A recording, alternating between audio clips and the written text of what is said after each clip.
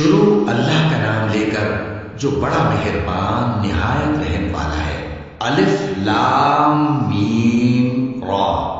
اے نبی، یہ کتاب الہی کی آیتیں ہیں اور جو کچھ تمہارے پروردگار کی طرف سے تم پر نازل ہوا ہے حق ہے، لیکن اکثر لوگ ایمان نہیں لاتے۔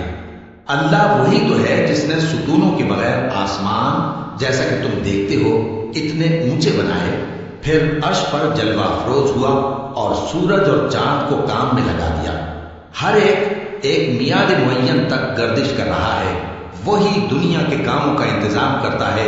اس طرح وہ اپنی آیتیں کھول کھول کر بیان کرتا ہے کہ تم اپنے پروردگار کے روبرو جانے کا یقین کرو۔ اور وہی ہے جس نے زمین کو پھیلایا اور اس میں پہاڑ اور دریا پیدا کیے اور ہر طرح کے میووں کی دو قسمیں بنائیں۔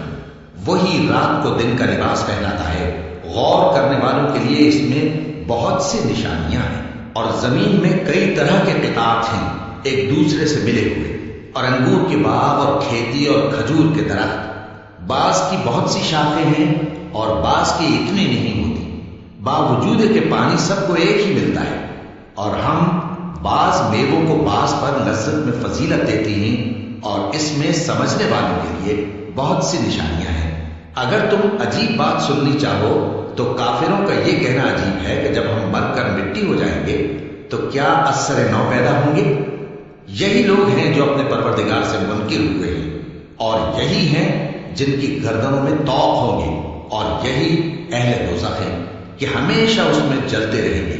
اور یہ لوگ بھلائی سے پہلے تم سے برائی جلدی سے مانگتے ہیں، یعنی طالب عذاب ہیں، حالانکہ ان سے پہلے عذاب واقع ہو چکے ہیں۔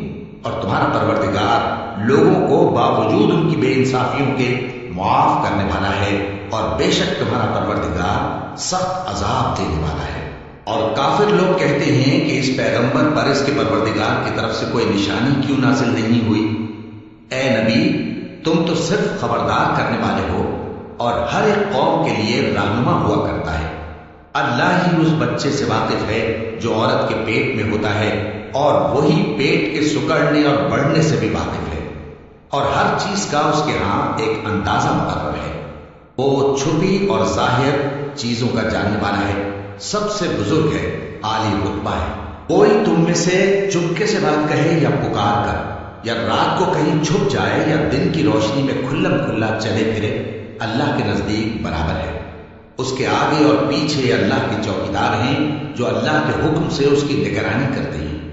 اللہ اس نعمت کو جو کسی قوم کو حاصل ہے نہیں بدلتا جب تک کہ وہ اپنی حالت کو نہ بدلے، اور جب اللہ کسی قوم کے ساتھ برائی کا ارادہ کرتا ہے تو وہ پھر نہیں سکتی، اور اللہ کے سوا ان کا کوئی مددگار نہیں ہوتا۔ وہی تو ہے جو تم کو ڈرانے اور امید دلانے کے لیے بجلی دکھاتا اور بھاری بھاری بادل پیدا کرتا ہے، اور رعد اور فرشتے سب اس کے خوف سے اس کی تسبیح و تحمید کرتے رہتے ہیں۔ اور وہی بجلیاں بھیجتا ہے، پھر جس پر چاہتا ہے گرا بھی دیتا ہے، جبکہ وہ اللہ کے بارے میں جھگڑتے ہیں، اور وہ بڑی قوت والا ہے۔ کام کا پکارنا تو اسی کا ہے، اور جن کو یہ لوگ اس کے سوا پکارتے ہیں وہ ان کی پکار کو کسی طرح قبول نہیں کرتے، مگر اس شخص کی طرح جو اپنے دونوں ہاتھ پانی کی طرف پھیلا دے تاکہ دور ہی سے اس کے منہ تک آ پہنچے، حالانکہ وہ اس تک کبھی بھی نہیں آ سکتا۔ اور اسی طرح کافروں کی پکار بیکار ہے۔ اور جتنی مخلوقات آسمانوں اور زمین میں ہے، خوشی سے یا ناخوشی سے اللہ کے آگے سجدہ کرتی ہے، اور ان کے سائے بھی صبح و شام سجدے کرتے ہیں۔ ان سے پوچھو کہ آسمانوں اور زمین کا پروردگار کون ہے؟ تم ہی کہہ دو کہ اللہ۔ ان سے کہو کہ کیا تم نے اللہ کو چھوڑ کر ایسے لوگوں کو کارساز بنایا ہے جو خود اپنے نفع و نقصان کا بھی اختیار نہیں رکھتے؟ کہو کیا اندھا اور آنکھوں والا برابر ہے، یا اندھیرا اور اجالا برابر ہو سکتا ہے؟ بھلا ان لوگوں نے جن کو اللہ کا شریک مقرر کیا ہے، کیا انہوں نے اللہ کسی مخلوقات پیدا کی ہے جس کے سبب ان کے لیے مخلوقات مشتبہ ہو گئی ہے؟ کہہ دو کہ اللہ ہی ہر چیز کا پیدا کرنے والا ہے، اور وہ یکتا ہے، بڑا زبردست ہے۔ اسی نے آسمان سے مے برسایا، پھر اس سے اپنے اپنے اندازے کے مطابق نالے بہہ نکلے، پھر پانی پر پھولا ہوا جھاگ آ گیا، اور جس چیز کو زیور یا کوئی اور سامان بنانے کے لیے آگ میں تپاتے ہیں اس میں بھی ایسا ہی جھاگ ہوتا ہے۔ اس طرح اللہ حق و باطل کی مثال بیان فرماتا ہے۔ سو جھاگ تو سوکھ کر ضائع ہو جاتا ہے اور پانی جو لوگوں کو فائدہ پہنچاتا ہے وہ زمین میں ٹھہرا رہتا ہے۔ اس طرح اللہ صحیح اور غلط کی مثالیں بیان فرماتا ہے تاکہ تم سمجھو۔ جن لوگوں نے اللہ کے حکم کو قبول کیا ان کی حالت بہت بہتر ہوگی، اور جنہوں نے اس کو قبول نہ کیا اگر روئے زمین کے سب خزانے ان کے اختیار میں ہوں تو وہ سب کے سب اور ان کے ساتھ اتنے ہی اور نجات کے بدلے میں صرف کر ڈالیں، مگر نجات کہاں؟ ایسے لوگوں کا حساب بھی برا ہوگا اور ان کا ٹھکانہ بھی دوزخ ہے، اور وہ بری جگہ ہے۔ بھلا جو شخص یہ جانتا ہے کہ جو کچھ تمہارے پروردگار کی طرف سے تم پر نازل ہوا ہے حق ہے، وہ اس شخص کی طرح ہے جو اندھا ہے، اور سمجھتے تو وہی ہیں جو عقل مند ہیں، جو اللہ کے عہد کو پورا کرتے ہیں اور قول و قرار کو نہیں توڑتے، اور جن رشتوں کے جوڑے رکھنے کا اللہ نے حکم دیا ان کو جوڑے رکھتے اور اپنے پروردگار سے ڈرتے رہتے اور برے حساب سے خوف رکھتے ہیں، اور جو اپنے پروردگار کی خوشنودی حاصل کرنے کے لیے مصائب پر صبر کرتے ہیں اور نماز پڑھتے ہیں، اور جو مال ہم نے ان کو دیا ہے اس میں سے پوشیدہ اور ظاہر خرچ کرتے ہیں اور نیکی سے برائی کو دور کرتے ہیں، یہی لوگ ہیں جن کے لیے عاقبت کا گھر ہے، یعنی ہمیشہ رہنے کے بعد جن میں وہ داخل ہوں گے، اور ان کے باپ دادوں اور بیویوں اور اولاد میں سے جو نیکوکار ہوں گے وہ بھی بہشت میں جائیں گے، اور فرشتے بہشت کے ہر ایک دروازے سے ان کے پاس آئیں گے اور کہیں گے تم پر سلام ہو، یہ تمہاری ثابت قدمی کا بدلہ ہے، اور عاقبت کا گھر خوب گھر ہے۔ اور جو لوگ اللہ سے پختہ عہد کر کے اس کو توڑ ڈالتے اور جن رشتوں کے جوڑے رکھنے کا اللہ نے حکم دیا ہے ان کو قطع کر دیتے اور ملک میں فساد کرتے ہیں، ایسوں پر لعنت ہے اور ان کے لیے برا انجام ہے۔ اللہ جس کا چاہتا ہے رزق فراخ کر دیتا ہے اور جس کا چاہتا ہے تنگ کر دیتا ہے، اور کافر لوگ دنیا کی زندگی پر خوش ہو رہے ہیں، اور دنیا کی زندگی آخرت کے مقابلے میں بہت تھوڑا سامان ہے۔ اور کافر کہتے ہیں کہ اس پیغمبر پر اس کے پروردگار کی طرف سے کوئی نشانی کیوں نازل نہیں ہوئی؟ کہہ دو کہ اللہ جسے چاہتا ہے گمراہ کرتا ہے، اور جو اس کی طرف رجوع ہوتا ہے اس کو اپنی طرف کا رستہ دکھاتا ہے، یعنی ان کو جو ایمان لاتے اور جن کے دل اللہ کی یاد سے آرام پاتے ہیں ان کو۔ اور سن رکھو کہ اللہ کی یاد سے ہی دل آرام پاتے ہیں۔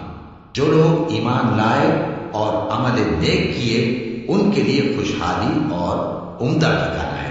جس طرح ہم پہلے پیغمبر بھیجتے رہے ہیں اسی طرح اے نبی ہم نے تم کو اس امت میں جس سے پہلے بہت سی امتیں گزر چکی ہیں بھیجا ہے، تاکہ تم ان کو وہ کتاب جو ہم نے تمہاری طرف بھیجی ہے پڑھ کر سنا دو۔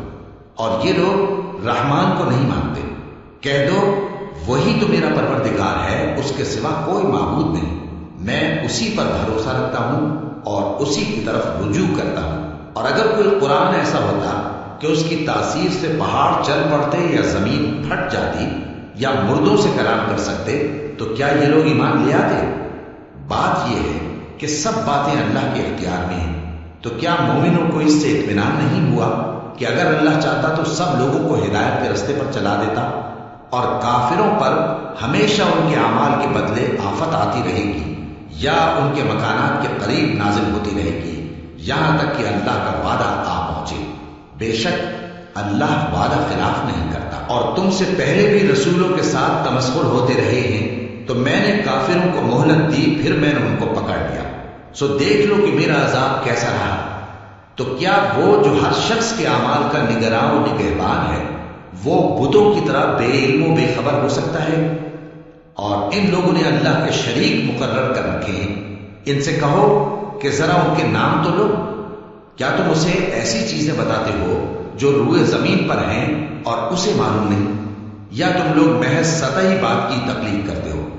اصل یہ ہے کہ کافروں کو ان کے فریب خوبصورت معلوم ہوتے ہیں اور وہ ہدایت کے رستے سے روک لیے گئے ہیں، اور جسے اللہ گمراہ رہنے دے اسے کوئی ہدایت کرنے والا نہیں۔ ان کو دنیا کی زندگی میں بھی عذاب ہے اور آخرت کا عذاب تو بہت ہی سخت ہے۔ اور ان کو اللہ کے عذاب سے کوئی بھی بچانے والا نہیں۔ جس جنت کا پرہیزگاروں سے وعدہ کیا گیا ہے اس کی شان یہ ہے کہ اس کے نیچے نہریں بہہ رہی ہیں، اس کے پھل ہمیشہ باقی رہنے والے ہیں اور اس کے سائے بھی۔ یہ ان لوگوں کا انجام ہے جو متقی ہیں، اور کافروں کا انجام دوزخ ہے۔ اور جن لوگوں کو ہم نے کتاب دی ہے وہ اس کتاب سے جو تم پر نازل ہوئی ہے خوش ہوتی ہیں، اور بعض فرقے اس کی بعض باتیں نہیں بھی مانتے۔ کہہ دو کہ مجھ کو یہی حکم ہوا ہے کہ اللہ ہی کی عبادت کرو اور اس کے ساتھ کسی کو شریک نہ بناؤ۔ میں اسی کی طرف بلاتا ہوں اور اسی کی طرف مجھے لوٹنا ہے۔ اور اسی طرح ہم نے اس قرآن کو عربی زبان کا فرمان بنا کر نازل کیا ہے۔ اور اگر تم علم آ جانے کے بعد ان لوگوں کی خواہشوں کے پیچھے چلو گے تو اللہ کے سامنے کوئی نہ تمہارا مددگار ہوگا اور نہ کوئی بچانے والا۔ اور اے نبی، ہم نے تم سے پہلے بھی پیغمبر بھیجے تھے اور ان کو بیویاں اور اولاد بھی دی تھی، اور کسی پیغمبر کے اختیار کی بات نہ تھی کہ اللہ کے حکم کے بغیر کوئی نشانی لے آتا۔ ہر حکم قضا کتاب میں لکھا ہوا ہے۔ اللہ جس چیز کو چاہتا ہے مٹا دیتا ہے اور جس کو چاہتا ہے باقی رکھتا ہے، اور اسی کے پاس اصل کتاب ہے۔ اور اگر ہم کوئی عذاب جس کا ان لوگوں سے وعدہ کرتے ہیں تمہیں دکھائیں، یعنی تمہارے روبرو ان پر نازل کریں، یا تمہاری مدت حیات پوری کر دیں، یعنی تمہارے انتقال کے بعد عذاب بھیجیں، تو تمہارا کام ہمارے احکام کا پہنچا دینا ہے اور ہمارا کام حساب لینا ہے۔ کیا انہوں نے نہیں دیکھا کہ ہم زمین کو اس کے کناروں سے گھٹاتے چلے آ رہے ہیں، اور اللہ جیسا چاہتا ہے حکم کرتا ہے، کوئی اس کے حکم کا رد کرنے والا نہیں، اور وہ جلد حساب لینے والا ہے۔ جو لوگ ان سے پہلے تھے وہ بھی بہتیری تدبیریں کرتے رہے ہیں، سو تدبیر تو سب اللہ ہی کی ہوتی ہے۔ ہر شخص جو کچھ کر رہا ہے اللہ اسے جانتا ہے، اور کافر جلد معلوم کر لیں گے کہ آخرت میں اچھا انجام کس کے لیے ہوتا ہے۔ اور کافر لوگ کہتے ہیں کہ تم پیغمبر نہیں ہو۔ کہہ دو کہ میرے اور تمہارے درمیان اللہ اور وہ شخص جس کے پاس کتاب آسمانی کا علم ہے بطور گواہ کافی ہے۔